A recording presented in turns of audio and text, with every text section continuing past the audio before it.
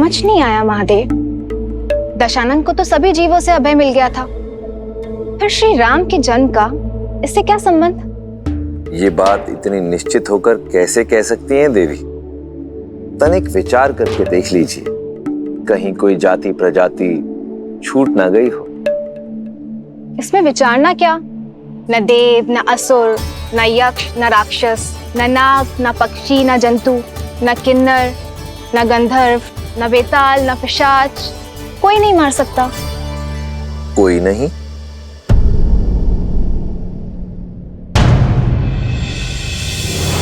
दशानन मनुष्य का नाम लेना तो भूल ही गया। हाँ देवी, स्वयं को महाज्ञानी और महाबलशाली समझने वाले लोग ऐसे ही महत्वपूर्ण वस्तु या व्यक्ति को तुच्छ समझकर उसकी उपेक्षा करते हैं और विशेष अवसर आने पर उसे भूल जाते हैं। दशानन ने भी यही भूल की। मनुष्य को दुर्बल समझकर उसे भूल गया और यही कारण बना भगवान विष्णु का धरती पर मनुष्य रूप में जन्म लेने का। अब तो मैं और भी उत्सुक हूँ श्री राम के जन्म को देखने को, दशानन के इस वरदान के काट को इस संसार में आता देखने को। ऋषि वशिष्ठ ने पुत्र कामेष्टि यज्ञ का परामर्श दिया था ना, उसके विषय में बताइए। हाँ देवी,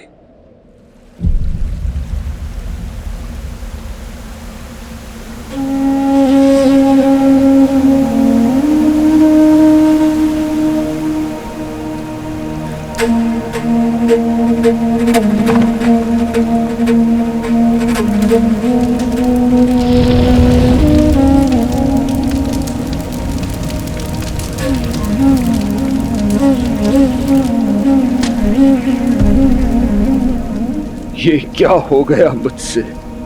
ये क्या हो गया? केवल 8 मास का था जब मैंने अपने माता पिता को खो दिया। बचपन से लेकर आज तक आप ही ने पाल पोस कर बड़ा किया है आचार्य। आप ही ने धर्म और अधर्म का भेद समझाया, किंतु फिर भी आज ये बात समझ में आई। ये एक पाप 100 पुण्यों पर भारी पड़ जाता है।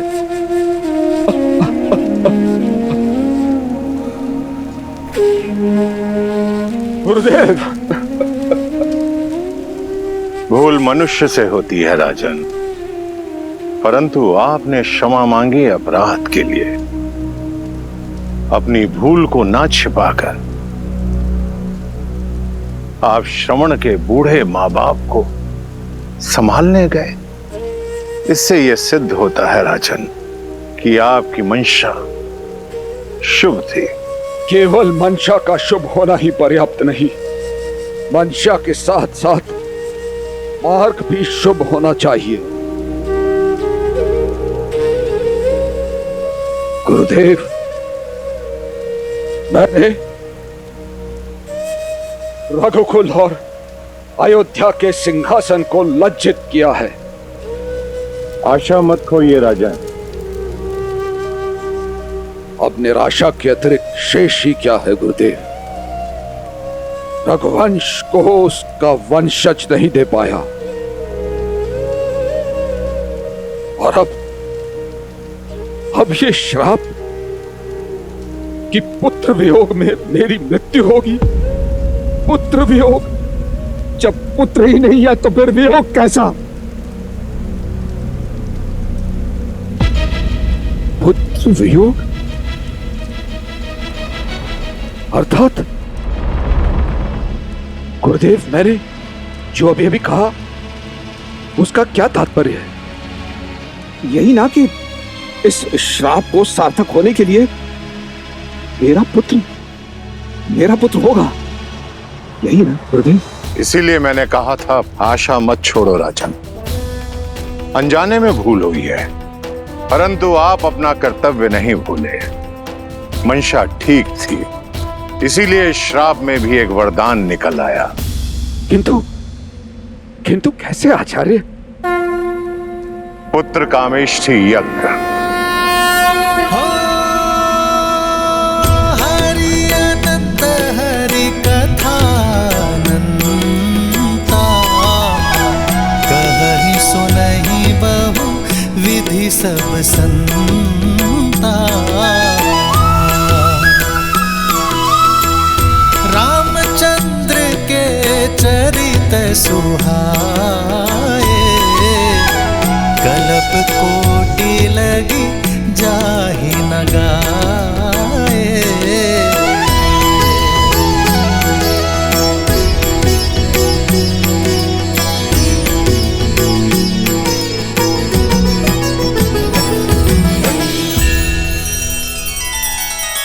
श्री रामचंद्र कृपालु भजु मन हरण भव भय दारुणम्।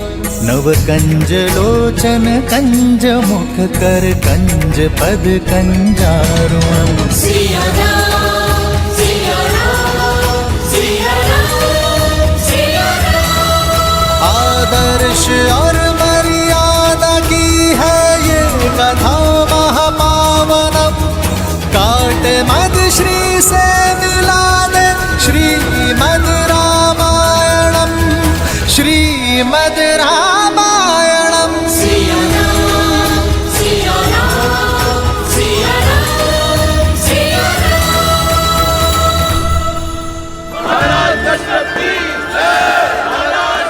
गुरु वशिष्ठ के आदेश से राजा दशरथ ने अपने जमाता ऋषि श्रृंग को यह यज्ञ करने के लिए कहा। समस्त अयोध्या नगरी उत्साह से सज रही थी और स्वयं राजा दशरथ अपने जमाता ऋषि श्रृंग को पूरी श्रद्धा और सत्कार के साथ यज्ञशाला की ओर ले आए।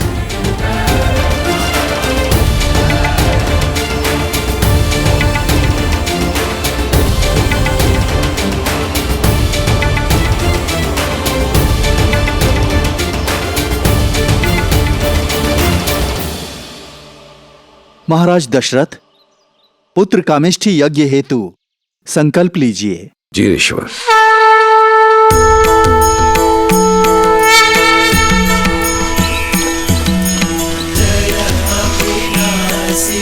सब घटवासी व्यापक परमानंदा।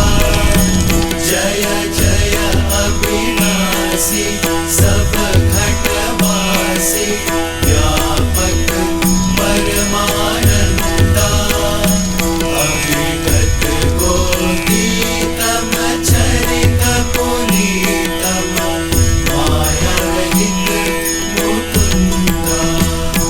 जिहि लागी विरागी अति अनुरागी विगत मोह मुनि वृंदा। निशिवासर ध्यावहि गुण गण गावहि जयति सच्चिदानंदा। अब और प्रतीक्षा मत करवाओ नाथ, पधारो।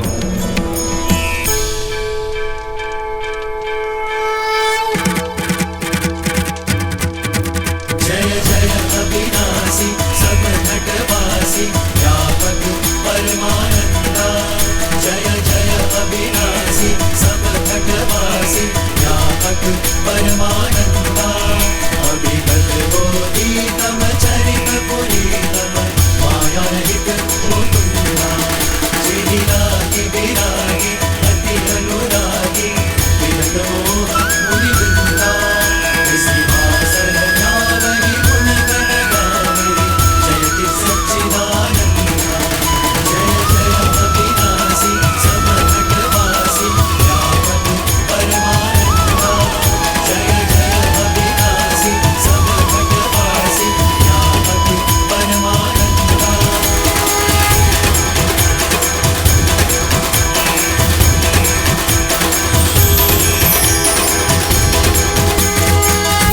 जागिए प्रभु, जागिए।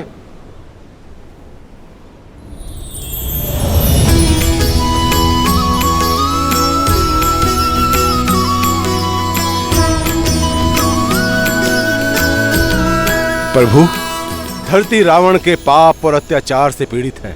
संतों और सज्जनों का जीवन कष्ट में ही है। मैं स्वयं अपने दिए गए वरदान के कारण विवश हूं। अब आपको ही संतुलन लाना होगा। अब आप ही तारणहार हैं।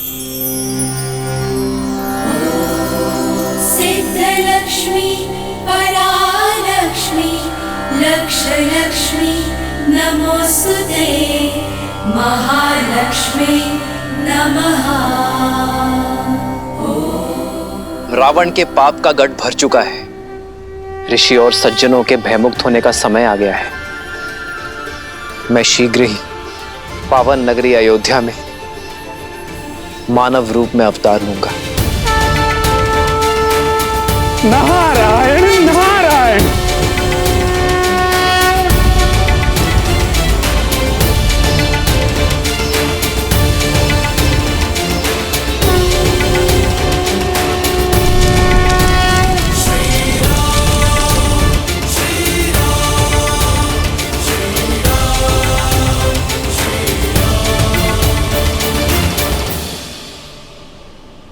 क्या हुआ देवी?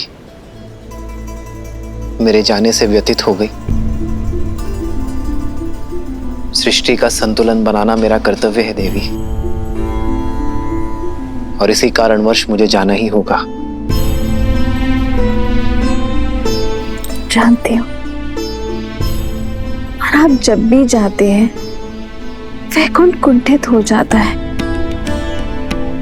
नारायण आपके कर्तव्य के यज्ञ के लिए वियोग की आहुति हर बार श्री को ही देनी होती है। इस बार नहीं श्री, मेरे इस अवतार का उद्देश्य केवल रावण के वरदान की काट करना नहीं है, बल्कि मर्यादा और आदर्श स्थापित करना है जो आपके और वैकुंठ के अन्य साथियों के बिना सिद्ध नहीं हो सकता।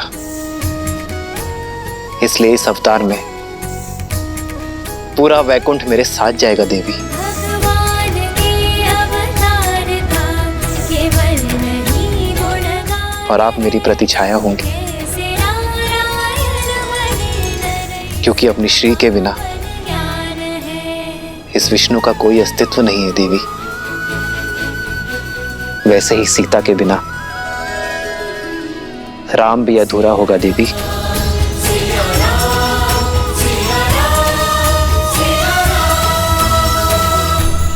अग्निदेव,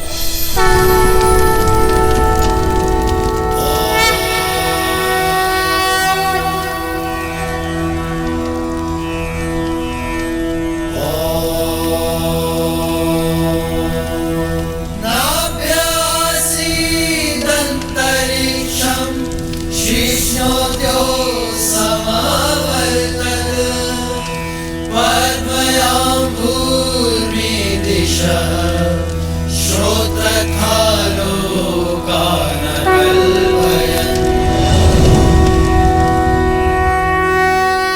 पुत्र कामेष्टि यज्ञ सफल हुआ महाराज दशरथ।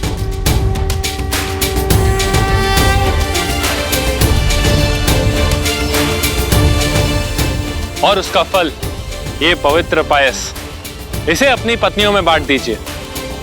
इसके प्रताप से आपको शीघ्र ही पुत्र रत्नों की प्राप्ति होगी।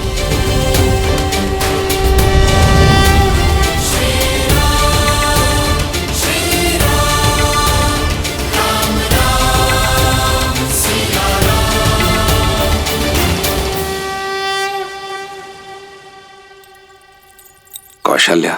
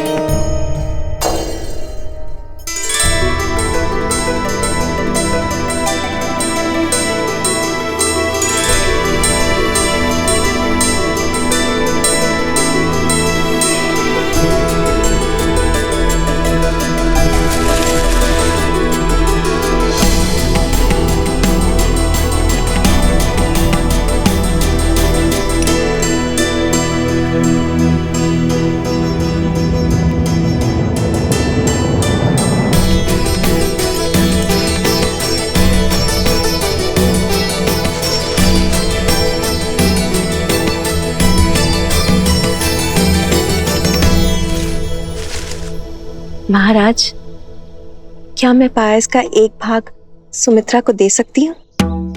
ओह, ये भूल भला मुझसे कैसे हो गई?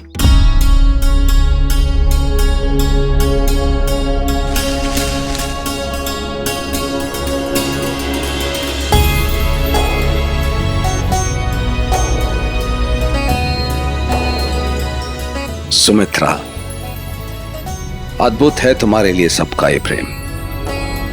यहां कौशल्या ने मुझे मेरी भूल स्मरण करा दी और कैकेयी ने तुम्हारे अधिकार के लिए अनुमति भी नहीं मांगी। अनुमति किस बात की? इस पायस पे सबसे अधिक अधिकार सुमित्रा का है, क्योंकि वो हम सबसे छोटी है। क्यों कौशल्या दीदी?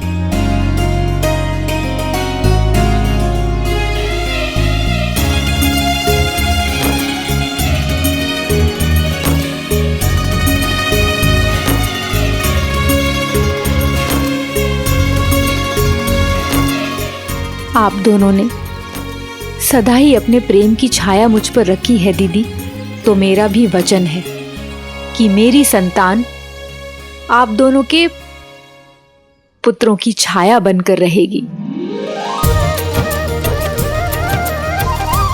ये तो प्रसाद के साथ साथ पुत्रों का भी बंटवारा हो गया। चलिए प्रसाद तो ग्रहण कीजिए।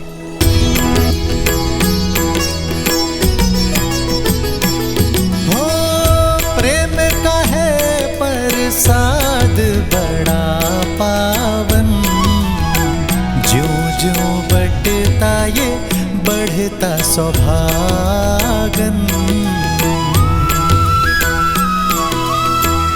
त्याग सुमित्रा का बन दो गुना लौटा, झोली भरे बदन आदर करे छोटा।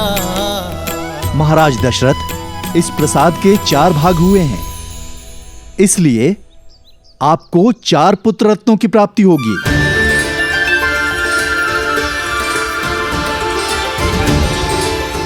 जो दिव्य, असाधारण और परम पराक्रमी होंगे।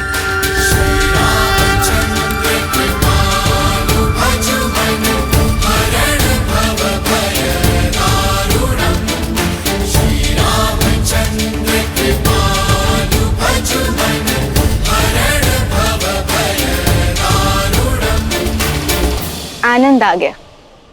श्री राम नाम का अंकुर देने वाला बीज कौशल्या के गर्भ में आ गया। परंतु महादेव, यदि देखा जाए तो नारायण का इस धरती पे अवतार लेने का कारण केवल रावण को मिला वरदान नहीं था।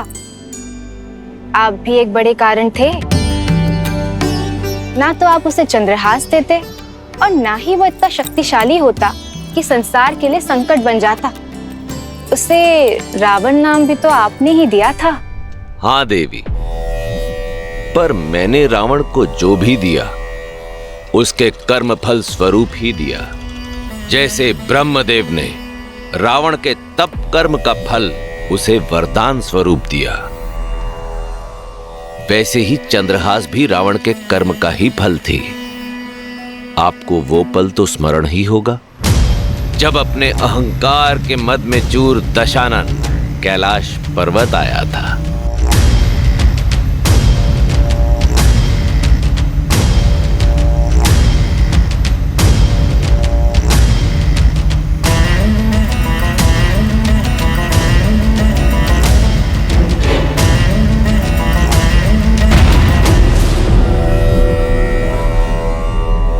पुष्पक अचानक रुक क्यों गया?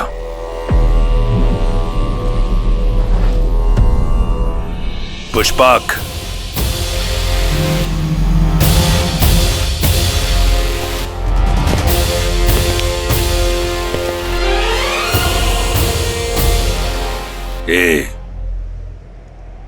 बैल रूपी बहरूपिये, मेरा विमान रुक गया। क्यों? क्योंकि इस स्थान से और इसके स्वामी से कोई पार नहीं पा सकता। संसार के स्वामी शिव का घर कैलाश है ये। ओ, तो यह है कैलाश। शिव, कहाँ हो?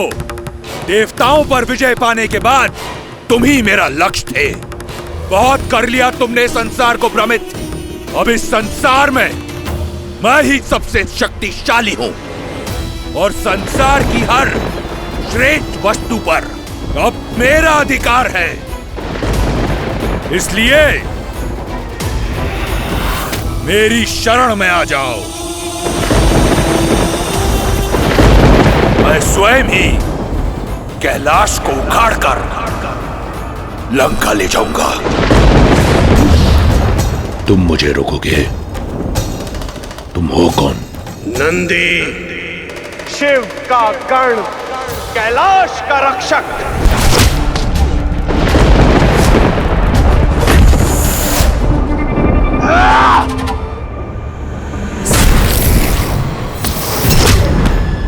बस इतना ही बल था, बैल से वानर बन गए। अभिमान में डूबे राक्षस, तेरे अंत का आरंभ भी वानर के हाथों ही होगा।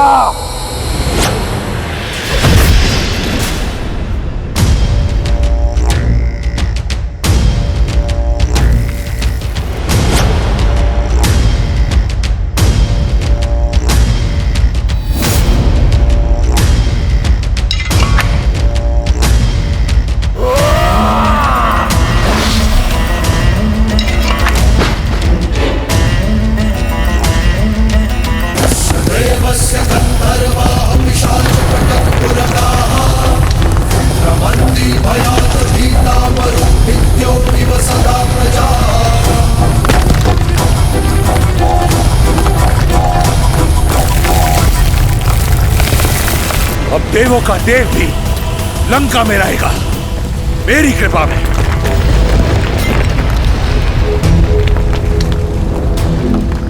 महादेव, ये क्या हो रहा है? कैलाश में इतनी हलचल।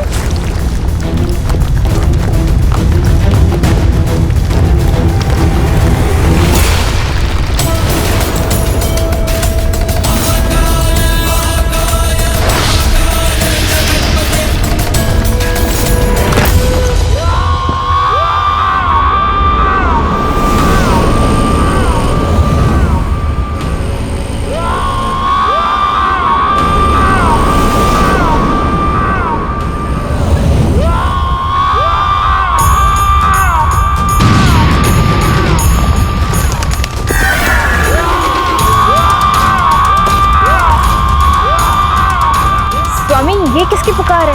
पुकार नहीं, चीख है अहंकार के टूटने की।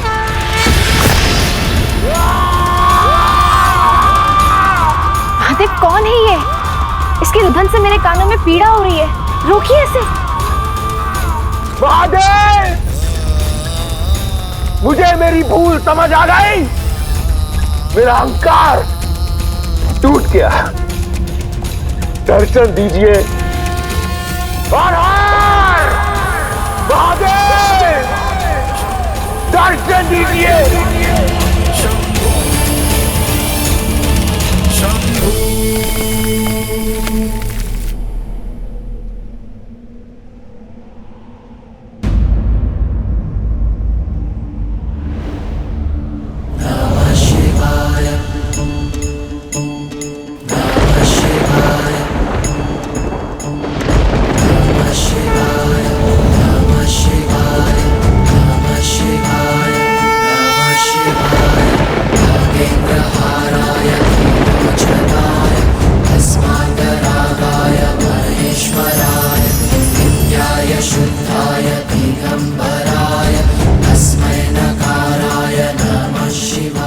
क्षमा महादेव, मैं समझ गया। इस संसार में अगर कोई है जिस पर मेरा कोई वश नहीं, तो केवल आप। ये दशानन आपके सामने नतमस्तक है।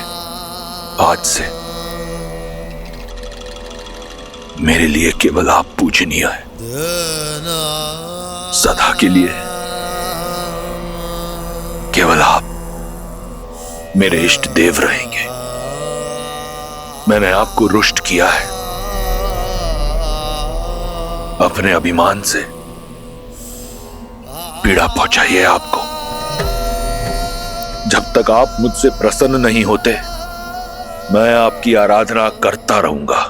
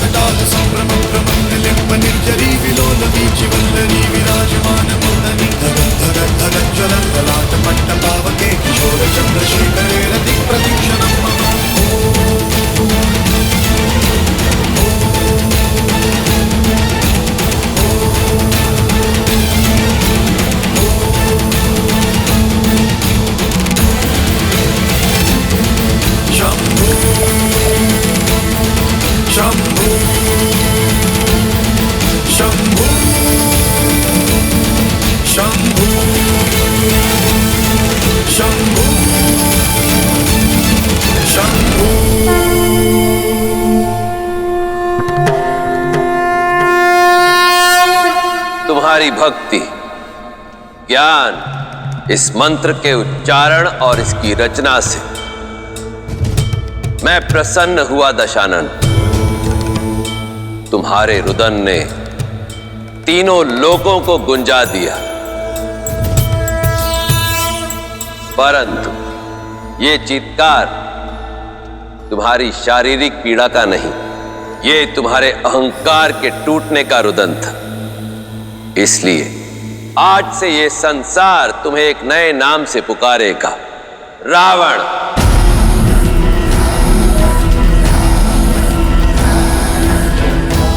वो जिसके रुदन ने तीनों लोकों को गुंजा दिया और तुम्हारे द्वारा रचित इस स्रोत को संसार रावण स्रोत के नाम से जानेगा।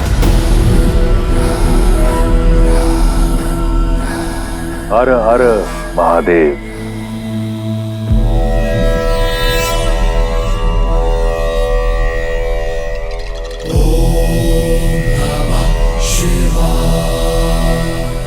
महादेव, मैं सदैव आपका भक्त रहूंगा, परंतु क्या रावण? मेरे रुदान से प्रभावित होकर आपने मुझे रावण नाम दिया, तो क्या मेरी भक्ति से प्रसन्न होकर कुछ नहीं देंगे? आज से केवल आप मेरे इष्ट हैं, मैं किसी और की पूजा अर्चना नहीं करूंगा। मुझे आशीर्वाद दीजिए कि यह संसार केवल रावण नाम को जाने नहीं, परंतु माने भी।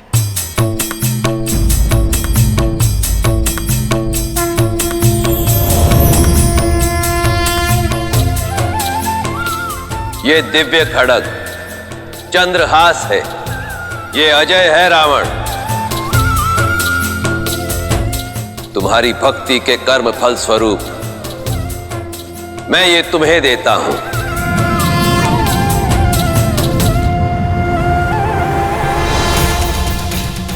परंतु स्मरण रहे, अब इसके साथ तुम जो भी कार्य करोगे उसका कर्म फल भी तुम्हारा ही होगा।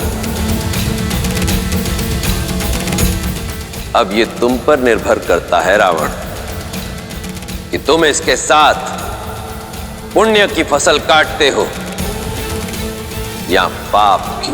जय महाकाल।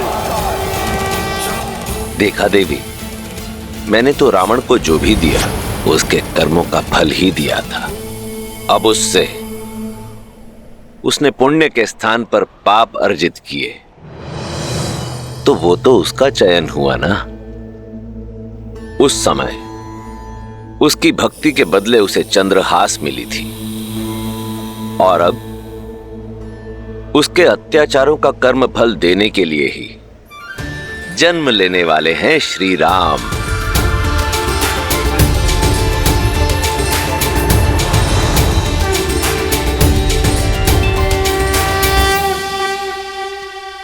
आर्य, पता नहीं ऐसा क्यों लगता है कि मेरे घर में पल रही संतान का मुख मेरे महाविष्णु जैसा है। इसमें कोई संदेह नहीं कि आप जैसे पवित्र मन वाली मां को स्वयं ईश्वर भी मां कह के पुकारने में गर्वित होंगे।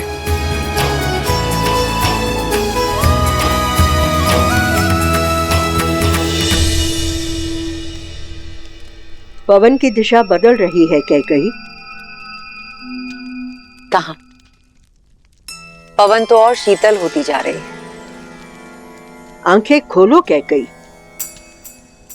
अभी तो रानी कौशल्या ने पुत्र जन्मा भी नहीं, तो भी महाराज ने तुम्हारे पास आना बंद कर दिया है और अधिक से अधिक समय रानी कौशल्या के साथ बिता रहे हैं। सीधी सरल बात में भी कुटिलता कैसे ढूंढ लेती हो मंत्र। कौशल्या दीदी बड़ी है, पटरानी है, पूरा दिन हम सबके लिए प्रार्थना करती रहती है। अगर ऐसे समय पर महाराज पूजा कक्ष में उनके साथ अधिक समय बिता रहे तो इसमें समस्या क्या है? इतने वर्षों बाद ये घड़ी आई है। महाराज चिंतित हैं अपने पुत्रों को लेकर, अपनी रानियों को लेकर, और वो भली भांति जानते हैं कि मैं स्वयं की देखभाल कर सकती हूँ। कभी कभी तो मैं सोचती हूँ कि दोष तुम्हारी पीठ में है या तुम्हारी सोच में। सही कहते हैं सब, सुंदर स्त्रियां मूर्ख होती हैं, जैसे कि तुम भोली भाली मूर्ख। मंत्रा,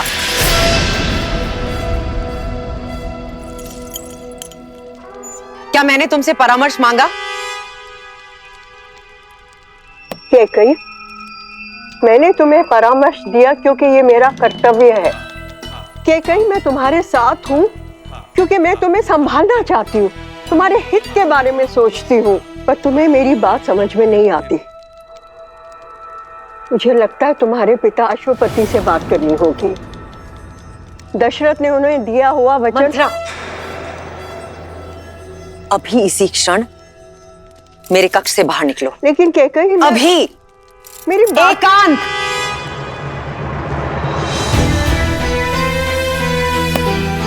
प्रणाम महाराज।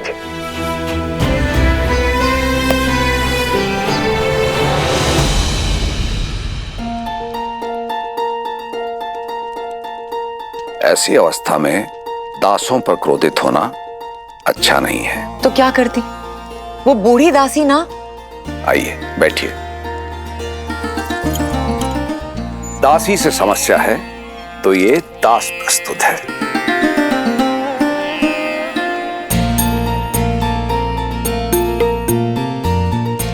कैसा है मेरा पुत्र?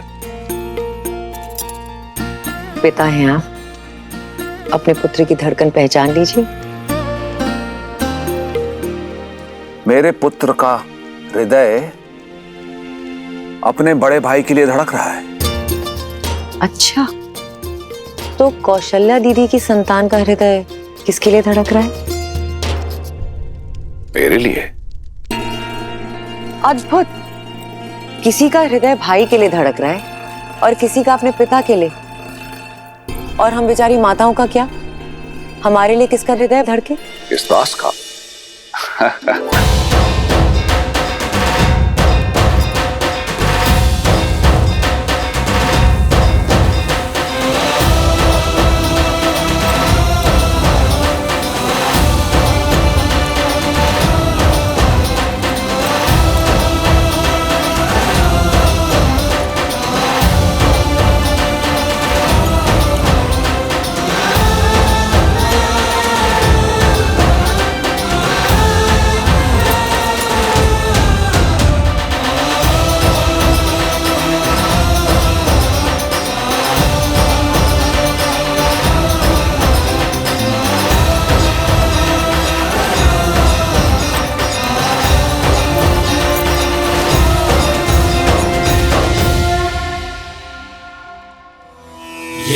नादिते सीमानं नयति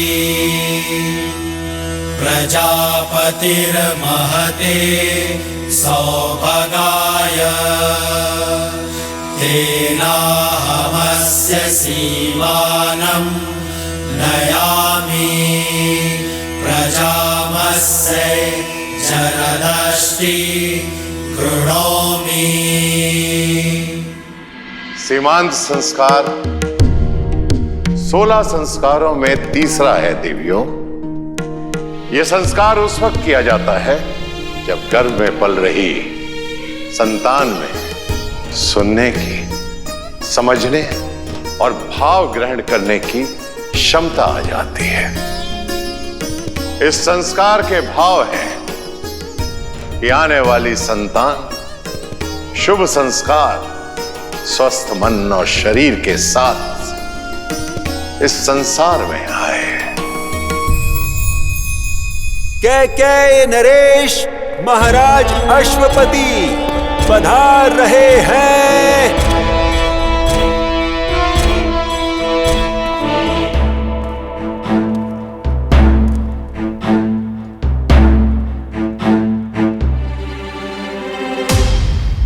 पिताश्री,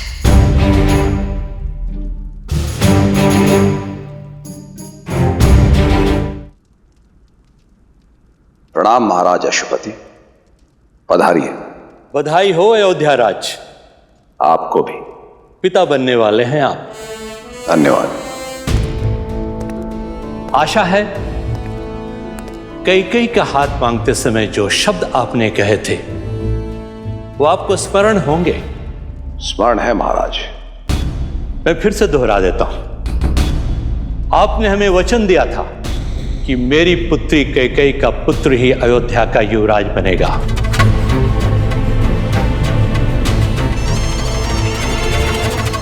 परंतु आपकी तीनों ही रानियां एक साथ गर्भवती हैं। ऐसे में कहा नहीं जा सकता कि आपकी तीनों रानियों में से कौन सी रानी आपके ज्येष्ठ पुत्र को जन्म देगी, जो अयोध्या के नीति अनुसार युवराज बनेगा। ऐसे में यदि मेरी पुत्री ने आपके ज्येष्ठ पुत्र को जन्म नहीं दिया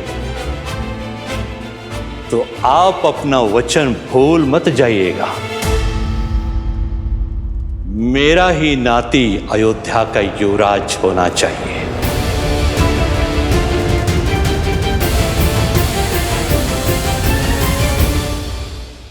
रघुकुल में वचन तोड़ने की प्रथा नहीं है पिताश्री। आपको दिया गया वचन अयोध्यापति अवश्य पूर्ण करेंगे। मेरा पुत्र और आपका नाती ही अयोध्या का राजा बनेगा।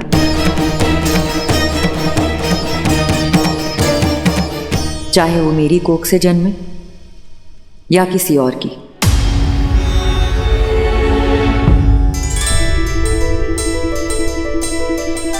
ये कैसे संभव है? इस घर के सभी पुत्रों की माताओं होंगी मैं। उसके नाते सारे राजकुमार आपके नाती हुए तो फिर आपका वचन कैसे भंग हुआ?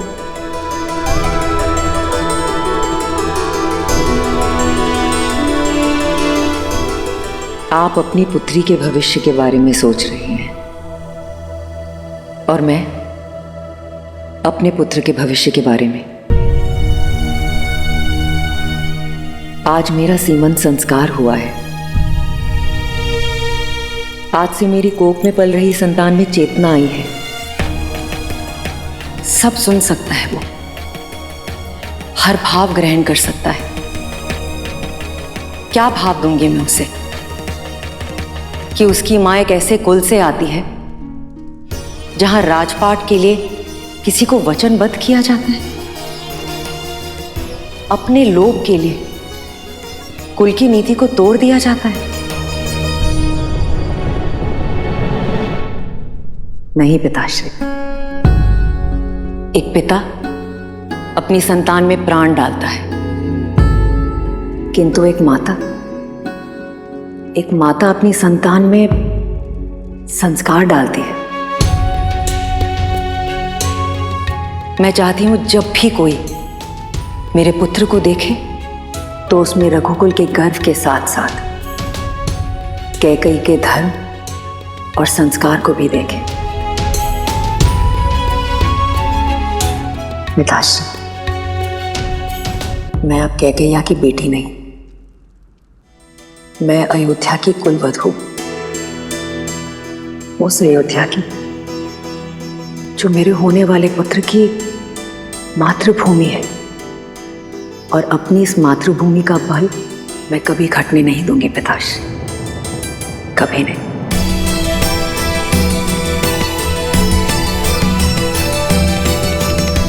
आज मेरी पुत्री बड़ी हो गई है।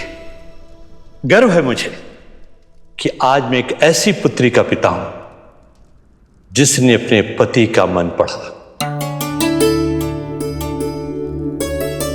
और अपने ससुराल की मर्यादा को रखने के लिए इतना निस्वार्थ निर्णय लिया।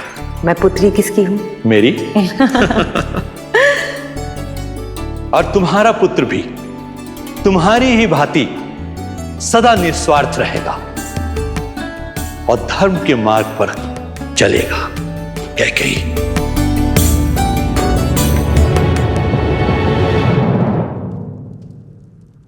प्रणाम महाराज।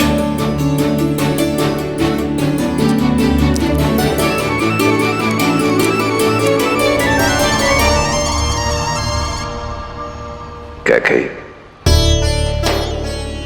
तुम छोटी होकर भी आज सबसे बड़ी हो गई। मन करता है प्रति क्षण तुम्हें वर देता रहा। नहीं नहीं नहीं नहीं, मेरे पास इतनी बुद्धि नहीं। वर्षों पहले जो 2 बार आपने दिए थे, अब तक नहीं समझ पाई उनका क्या करूं। आप बस मुझे प्रेम देते रहिए, उसमें कोई बुद्धि नहीं लगती। निस्वार्थता की ये भावना, उदारता का ये उदाहरण, कितना प्रेम, कितना धर्म है राम की इस कथा में। मर्यादा पुरुषोत्तम को तो ऐसे ही परिवार में जन्म लेना था। महादेव, अब मुझसे और प्रतीक्षा नहीं होती। मुझे श्री राम का मुख देखना है, वहीं अयोध्या जाकर। तो प्रतीक्षा को समाप्त करते हैं देवी और प्रस्थान करते हैं अयोध्या नगरी की ओर, जहां समस्त अयोध्यावासी प्रतीक्षारत है अपने युवराज के जन्म के लिए।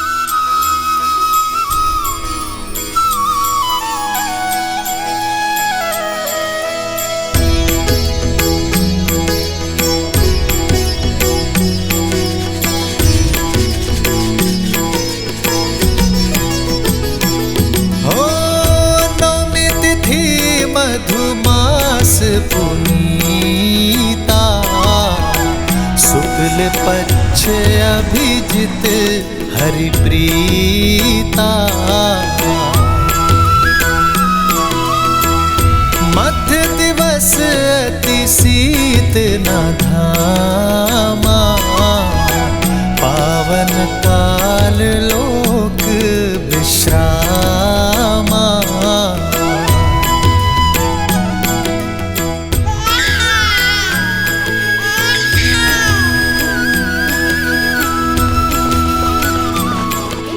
महाराज, बधाई हो, दशरथ नंदन आए हैं।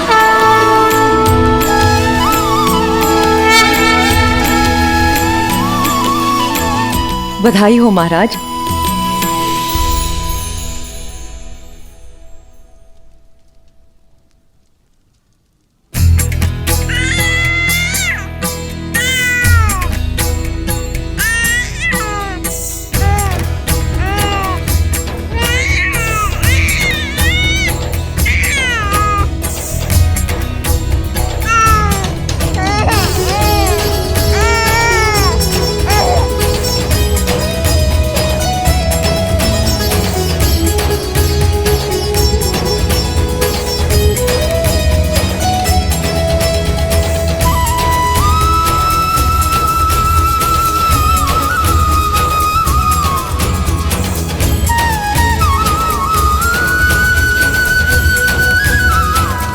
मेरा पुत्र,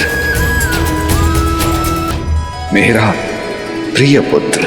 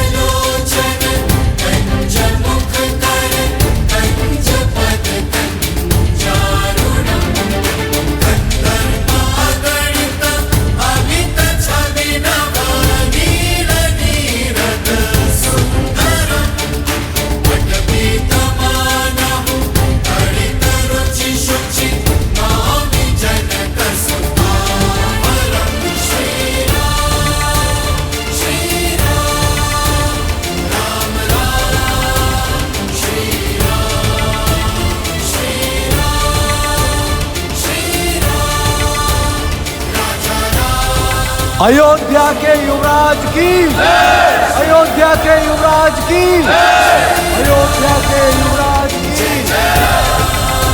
अयोध्या के युवराज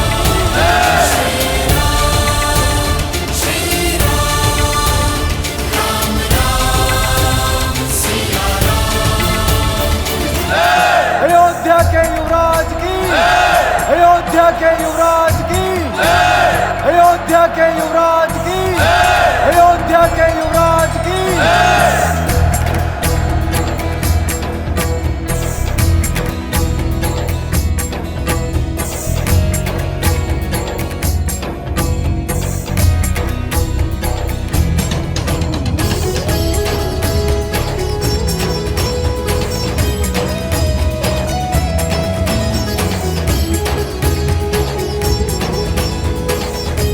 अयोध्या वासियों, ये वो स्वप्न है जो वर्षों से मेरी आंखों में रमा था।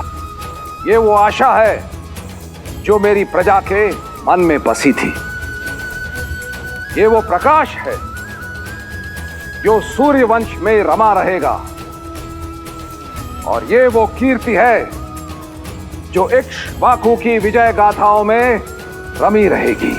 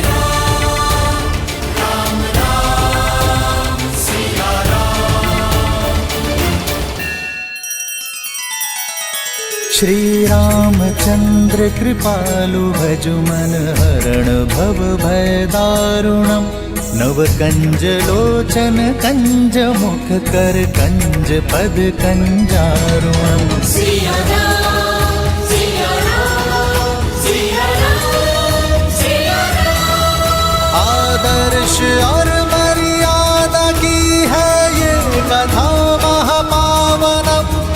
काट मद श्री से मिला दे श्रीमद रामायणम, श्रीमद रामायणम। सिया राम, सिया राम, सिया राम, सिया राम।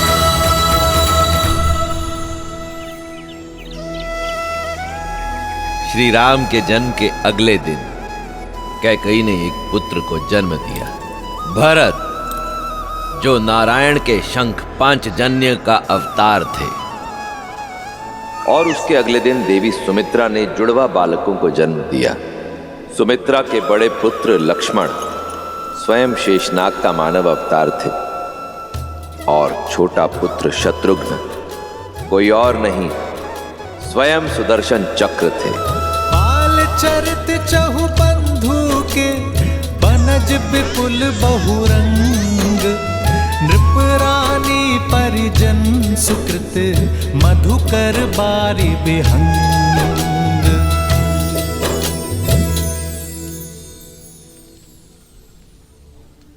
ओम नमः शिवाय, ओम नमः शिवाय, नमः शिवाय, नमः शिवाय। नागेन्द्रहाराय त्रिलोचनाय तस्मान्तरागाय महेश्वराय नित्याय शुद्धाय दिगंबराय तस्मै नकाराय नमः शिवाय। श्री रामचंद्र कृपालु भजु मन हरण भव भय दारुणम्, नव कंज लोचन कंज मुख कर कंज पद कंजारुणम्, वटपीत मानहु तड़ित रुचि शुचि नाहि जनक सुधामरम्। श्री राम, श्री राम, राम राम सिया राम। राम राम कितना मीठा शब्द है ना, मन में आनंद को रम देता है। पर इसका अर्थ क्या है महादेव? देवी, राम के नाम में तो इतने अर्थ रमे हैं जितने कि आकाश में तारे भी नहीं। फिर भी मैं शब्दार्थ समझा देता हूं। रा का अर्थ है आभा, म अर्थात जीव। राम हम सबके मन में बसी ज्योति का नाम है, हर आत्मा में बसे तेज का ही नाम है श्री राम। श्री राम अवतार को पूर्ण करने के लिए भी शीघ्र ही उनकी श्री का आगमन होने वाला है। जहां इधर अयोध्या में राम नाम का सूर्योदय हुआ है, वहीं दूसरी ओर मिथिला नगरी में श्री की किरणें आने वाली हैं। मिथिला, जहां से ज्ञान का प्रकाश पूरे भारत में फैलता था, पर जहां 12 वर्षों से अकाल ने अपने पांव पसारे हुए थे। किसानों की आंखें आकाश ताकती थीं कि कब मेघ आएंगे, पर कुछ बरसता था तो केवल सूर्य का ताप। पशु पक्षी मवेशी प्राण त्याग रहे थे और मनुष्य बनते जा रहे थे पिंजर। जो नगरी अज्ञान दूर भगाती थी, अब वहां की प्रजा वहां से पलायन को विवश थी और सबसे अधिक विवश हो रहे थे राजा जनक। सूखी धरती विकल जनकपुर पसरी घोर निराशा। अकाल की मार का प्रजा को अब एक ही समाधान दिखाई दे रहा है महाराज, मिथिला की भूमि से पलायन। क्या हम इन्हें अन्न नहीं दे पा रहे? 12 सालों में नगर के सभी भंडार खाली हो चुके हैं, अन्न का एक भी दाना अब शेष नहीं बचा महाराज। इंद्रदेव को प्रसन्न करने के कई प्रयास करके देख लिए, किंतु कोई परिणाम नहीं निकला महाराज जनक। अन्न और जल के साथ साथ समस्त मिथिला वासियों की आशा भी अब समाप्त हो गई। पशु गाय बैल सबको मुक्त कर दिया गया है, हल रख दिए गए हैं। राजा सिंहासन पर इसलिए नहीं बैठता कि वो घट रही समस्या पर दृष्टि रखे। राजा के पास हल का दृष्टिकोण होता है। प्रजा राजा पर विश्वास रखती है, तो राजा को उनकी आस नहीं टूटने देनी चाहिए। राजन, अब आप क्या करेंगे? वही जो राजा का धर्म है। प्रजा ने हल रख दी है, राजा को हल ढूंढना होगा। प्रजा में कोई आस लौटानी होगी।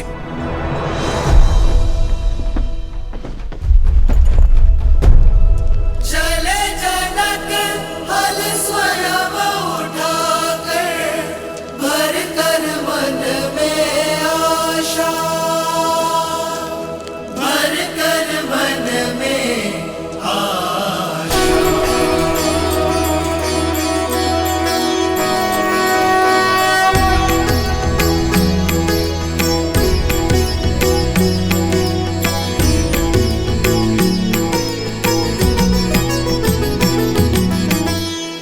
हे महादेव, मैं नहीं जानता कि मैं सफल हूंगा कि नहीं, किंतु मैं विश्वास दिलाता हूं जिस मिथिला की धर्म की रक्षा हेतु आपने अपना ये महाधनुष पिना के यहां रखा है, उस धर्म की रक्षा का प्रयास करूंगा मैं। यदि वर्षा की अनुपस्थिति से यहां के खेत अपनी नमी खो चुके हैं, तो जनक अपने श्वेत से यहां की भूमि में नमी वापस लेकर आएगा। मेरा साथ दीजिएगा महादेव, मेरा साथ दीजिएगा।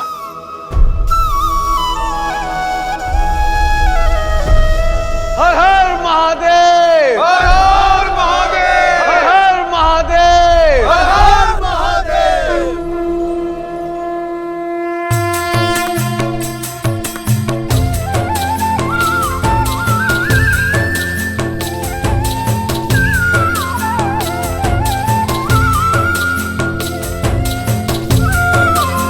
हर हर महादेव, हर हर महादेव, हर हर महादेव, हर हर महादेव।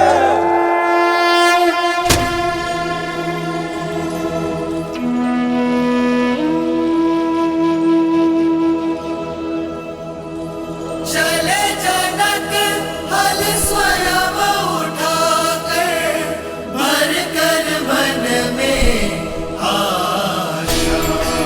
हर हर महादेव, हर हर महादेव।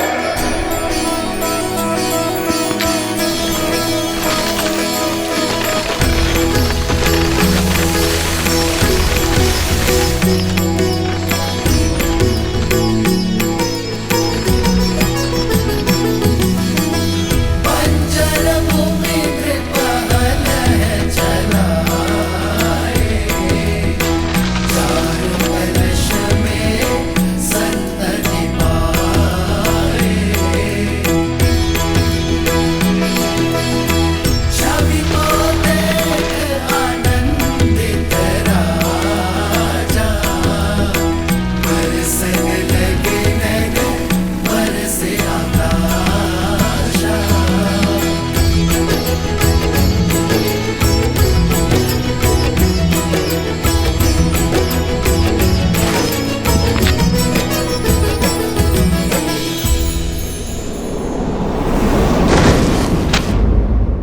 राजन, आर्य, आर्य,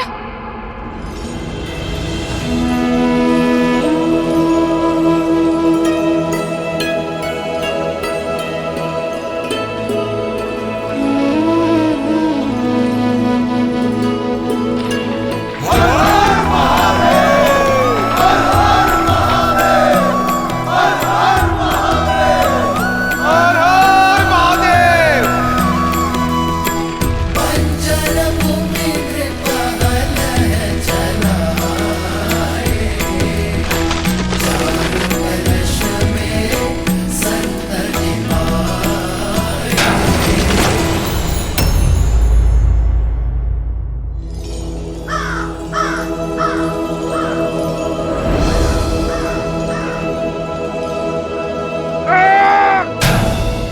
कोई पाषाण टकराया है कदाचित।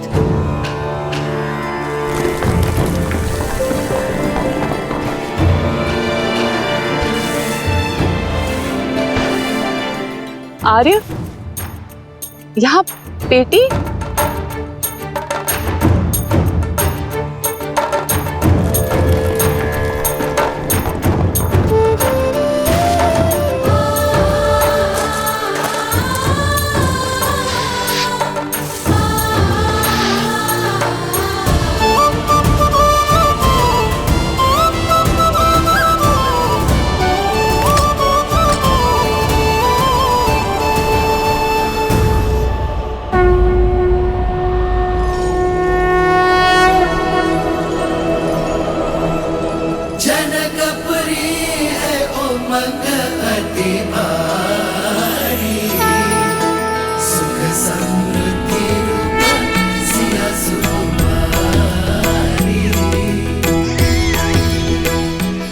में संतान?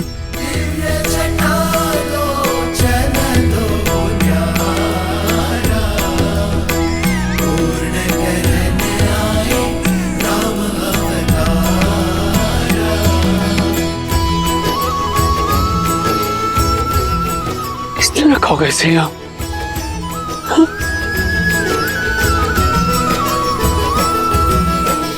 किसकी कन्या है ये? क्या कोई जानता है? किसका पाषाण हृदय है जो इस कोमल सी कन्या को यहाँ भूमि में गाड़ गया?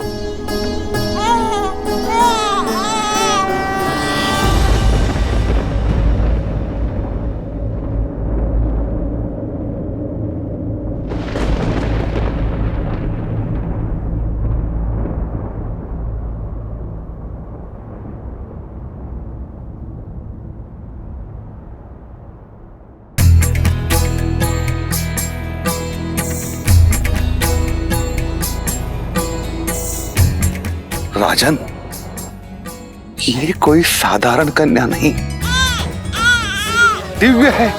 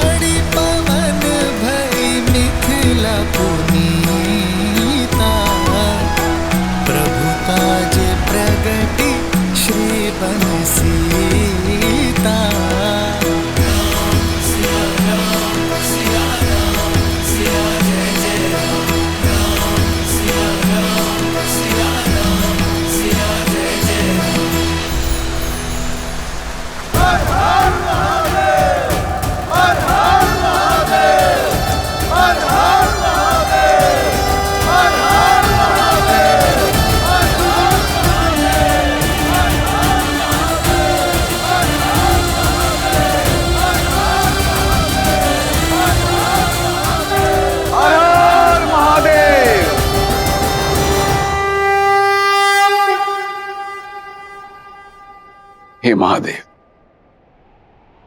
मैं नहीं जानता कि कन्या कौन है, किंतु मेरा विश्वास है कि ये आपका आशीष है। जो कामना मेरे मुख से शब्द बनकर निकली वो आपने पूरी की, और जो मन में थी वो भी। आपने मिथिला को जीवन दिया है प्रभु, और मुझे जीने का सहारा। हे महादेव, मैं आपके इस पवित्र धनुष को साक्षी मानकर इस कन्या को अपनी आत्मजा स्वीकार करता हूं। आज से ये भूमिजा मेरी पुत्री हुई।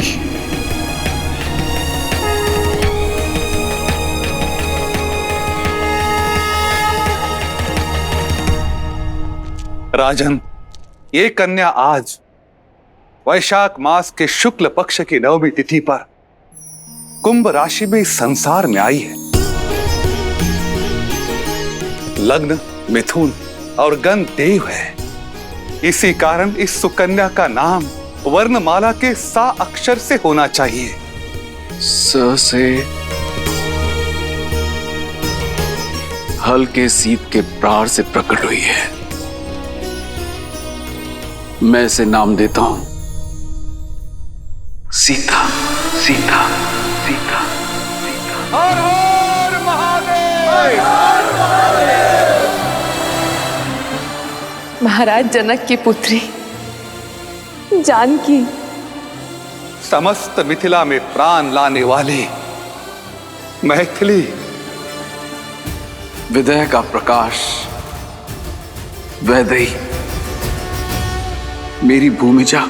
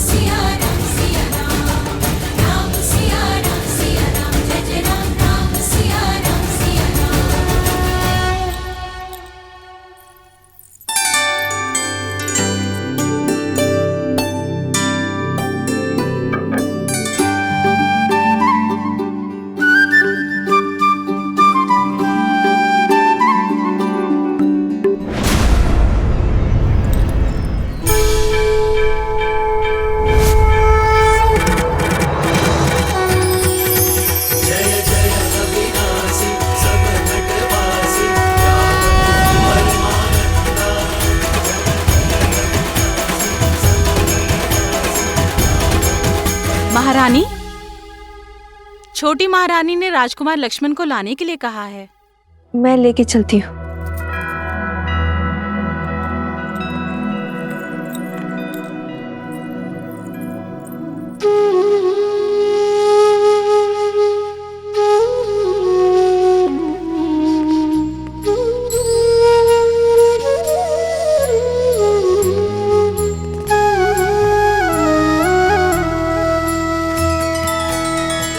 भगवान के अवतार का केवल नहीं गुणगान है, कैसे नारायण बने नरेश का पावन ज्ञान है। स्वयं प्रभु के हाथों से प्रसाद पाने का इससे अच्छा अवसर और क्या मिलेगा। राम,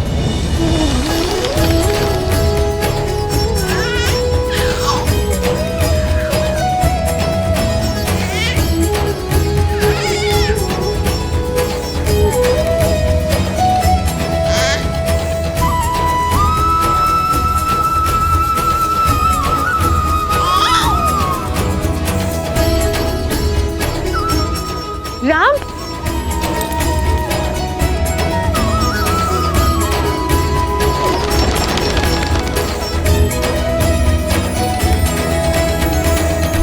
ये नहीं पुत्र, ये महाविष्णु का प्रसाद है।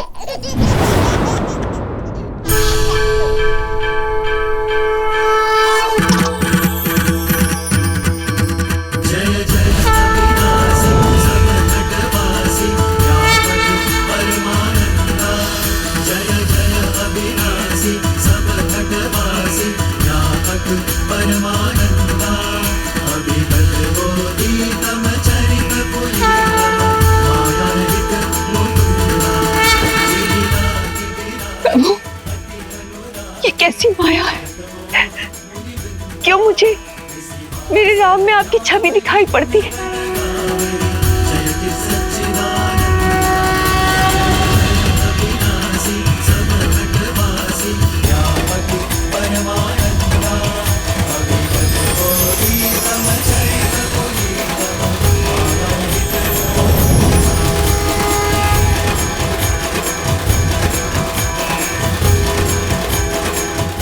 उत्तर आपके अतीत में छुपा है देवी कौशल्या।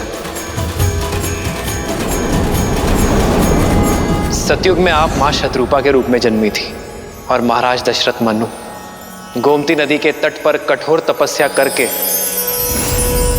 आपने मुझे प्रसन्न किया देवी। शांताकारं भुजगशयनं पद्मनाभं सुरेशं विश्वाधारं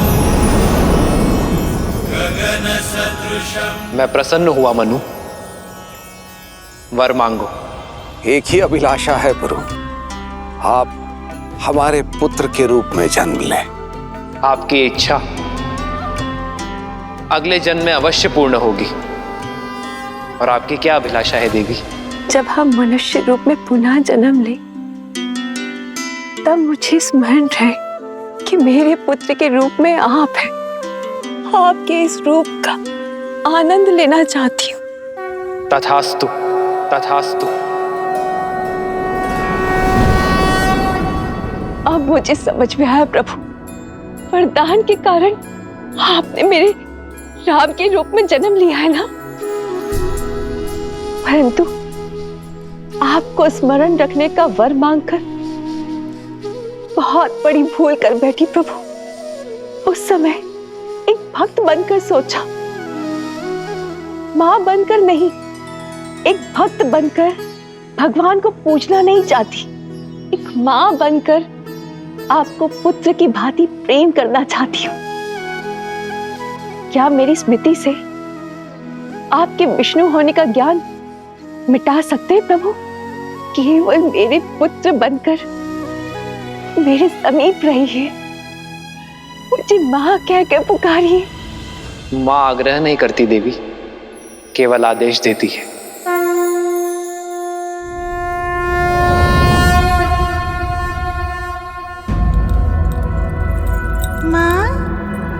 भगवान के अवतार का केवल नहीं गुणगान है, कैसे नारायण बने नर इसका पावन ज्ञान है।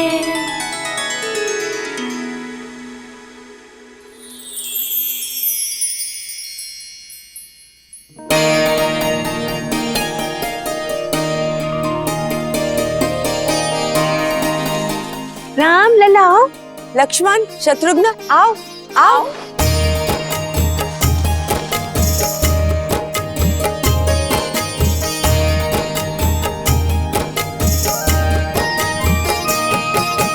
ठुमक ठुमक ठुमक ठुमक ठुमक ठुमक ठुमक ठुमक ठुमक चलत रामचंद्र ठुमक ठुमक ठुमक चलत रामचंद्र बाजत पैजनिया बाजत पैजनिया ठुमक चलत रामचंद्र बाजत पैजनिया बाजत पैजनिया। देखा पिता के प्रेम का बल। पिता के प्रेम का बल नहीं, ये पिता का छल है। चलिए हमारे पुत्रों को हमारे पास आने दीजिए। गिरत भूमि लटपटाय, गिरत भूमि लटपटाय, धाय मात गोद लेत, धाय मात गोद लेत, दशरथ की रनिया, दशरथ की रनिया। ठुमक चलत रामचंद्र बाजत पैजनिया, बाजत पैजनिया। समय पंख लगाकर उड़ रहा था। राम के आनंद में 8 वर्ष कब बीत गए किसी को आभास तक ना हुआ। श्री रामचंद्र कृपालु भजु मन हरण भव भय दारुणम्। श्री रामचंद्र कृपालु भजु मन हरण भव भय दारुणम्। तव कंज लोचन कंज मुख कर कंज पद कंजारुणम्।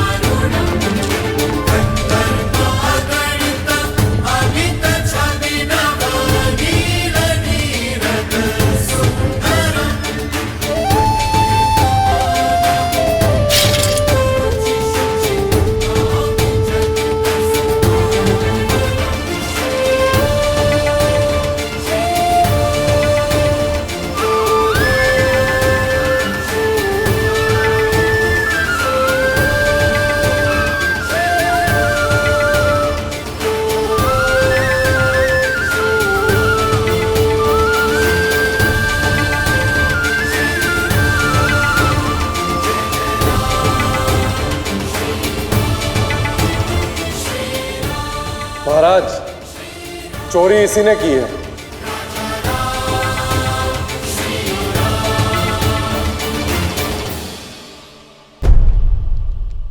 पर पिताश्री, हमें इससे पूछना चाहिए ना, इसने चोरी क्यों की? अपराधी, कुमार के प्रश्न का उत्तर दो। तुमने चोरी क्यों की? भूख महाराज, व्यापार ठप हो गया, संतान की भूख देखी नहीं गई। पिताश्री, आप कहते हैं ना कि प्रजा भी हमारी संतान होती है। इसे दंड नहीं, अवसर की आवश्यकता है।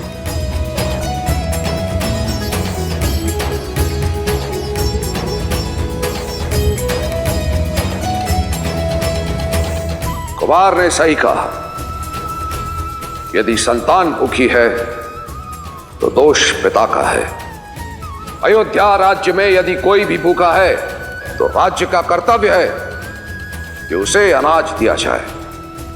इसे मुक्त कर दो और भंडार गृह में प्रहरी नियुक्त कर दो। महाराज दशरथ के न्याय की, महाराज दशरथ के न्याय की, महाराज दशरथ के न्याय की।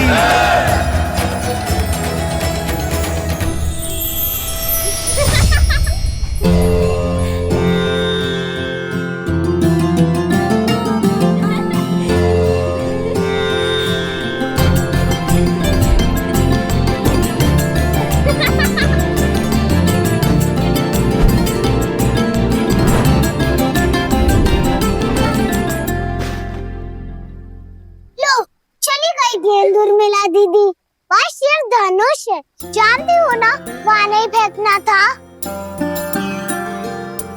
गेंद तो फंस गई धनुष में। तुम जानती हो ना उर्मिला, धनुष में कितना बार है? सैकड़ों लोग मिलकर ही इसे हिला पाते हैं। अब कौन मेरी गेंद लाएगा?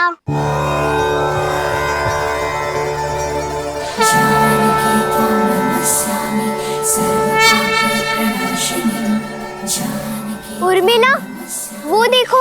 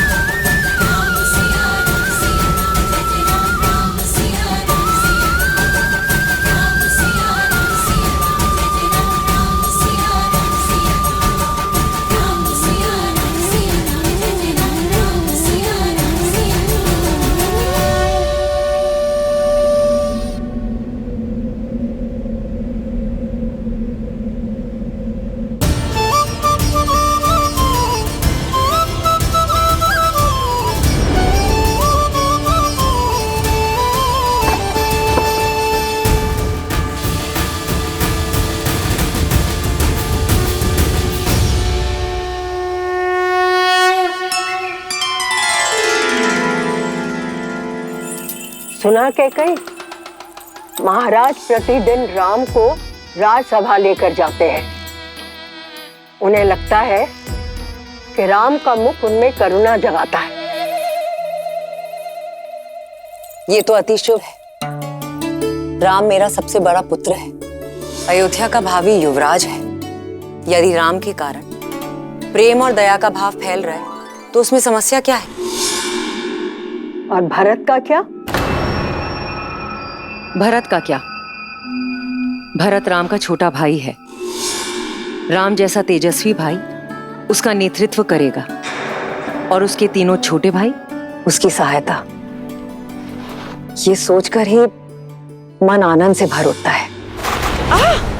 क्या कर रही हो मंत्रा? सारे केश उखाड़ दोगी क्या?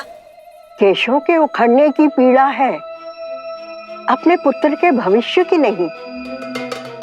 कैकई, राम के पास तो है ना महारानी कौशल्या, पर तुम राम के फेर में अपने जन्मे पुत्र को भूल बैठी हो। कैकई, राम के अतिरिक्त भी कुछ सोचा है? भरत की शिक्षा दीक्षा का समय हो गया है, क्या वो योग्य बन पाएगा? बात तो बिल्कुल सही कह रही हो मंत्रा। हम तीनों माताएं राम के प्रेम में ऐसे डूब जाते हैं कि भरत छोड़ो, अन्य किसी छोटे युवराज के विषय में विचारने का समय ही नहीं मिलता। कैकई मैं तुम चिंता मत करो, समय रहते मैं महाराज से अवश्य इस बारे में बात करूंगी।